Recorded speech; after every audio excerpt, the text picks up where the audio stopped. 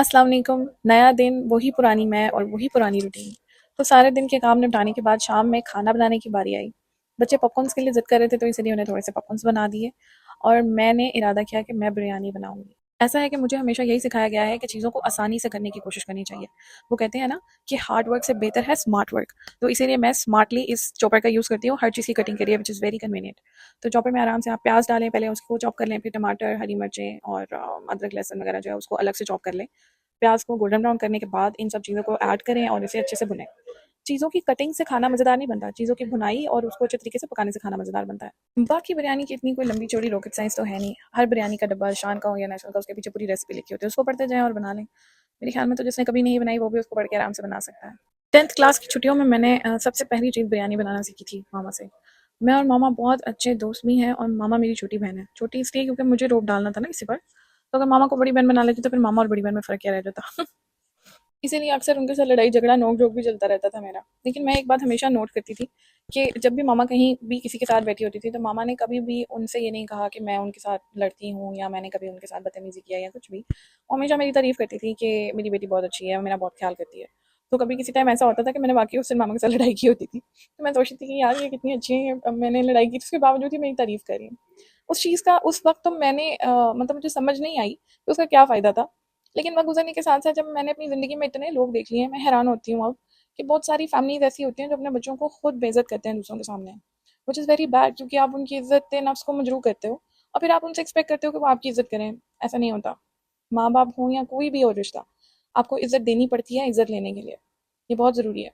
आपके बच्चे छोटे हैं, वो 4 साल के हैं या 15 साल के, उन्हें इज़्ज़त दें। उनकी गलतियाँ अपने तक रखें और उन्हें बताएँ, उन्हें पहले इस बात का महसूस करवाएँ कि जब इज़्ज़त मिलती है तो उसमें कितनी खुशी मिलती है।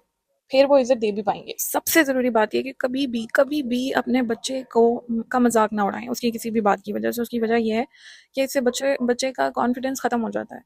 बहुत सारे ऐसे रिश्तेदार भी होते हैं जो मतलब आप कहीं जाते हैं तो वो बच्चों के साथ मज़ाक करते हैं या उन पर हँसते हैं और फिर बच्चे बहुत ज़्यादा ना मतलब ओवर रिएक्ट करते हैं। अब वो बच्चा है, उसने ओवर रिएक्ट ही करना है, वो अभी अपनी इमोशंस को कंट्रोल नहीं कर सकता। लेकिन आप फिर रिश्तेदारी की वज़ह से खामोशी भी इख्तियार करनी पड़ जाती है कि यार यहाँ कुछ भी बोलेंगे तो लड़ाई होगी या वो समझेंगे कि पता नहीं ये जो है मतलब कुछ अपने आप को पता नहीं क्या समझ रही है या कुछ भी। लेकिन ऐसा नहीं होता।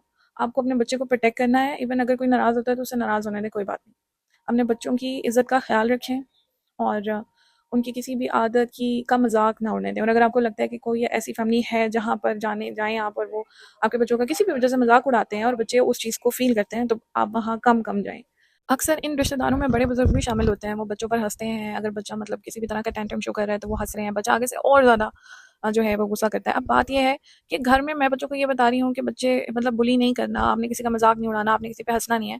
ऐसी सिचुएशन में इंसान बहुत फँस जाता है, क्योंकि उस टाइम पे ना आप किसी बड़े को गलत साबित कर सकते हो बच्चे के सामने, बिकॉज़ वो भी एथिकली ठीक नहीं है, और ना ही आप बच्चे को मतलब बच्चे के साथ जो भी ज़्यादती हो रही है उसको आप सपोर्ट कर सकते हो किसी भी तरह से। इस तरह बच्चा भी कन्फ्यूज़ होता है कि मतलब घर मतलब मुझे ये कहा जा रहा है कि मैंने बुली नहीं करना, लेकिन जो बड़ा बंदा है, जो मुझसे ज़्यादा समझदार है, वो मुझे बुली कर रहा है। तो इसमें अब सही क्या है और गलत क्या है? तो बच्चों को कन्फ्यूज़न से बचाने के लिए बेहतर है कि आप आराम से अपने घर में रहें, अपने तरीके से बच्चों की हिफाज़त करें, उन्हें अच्छे तरीके से उनकी तरबियत करें और उन्हें स्ट्रॉन्ग बनाएँ कि वो आगे चलकर इस तरह की सिचुएशंस को खुद हैंडल करना सीखें। ये बहुत ज़रूरी है।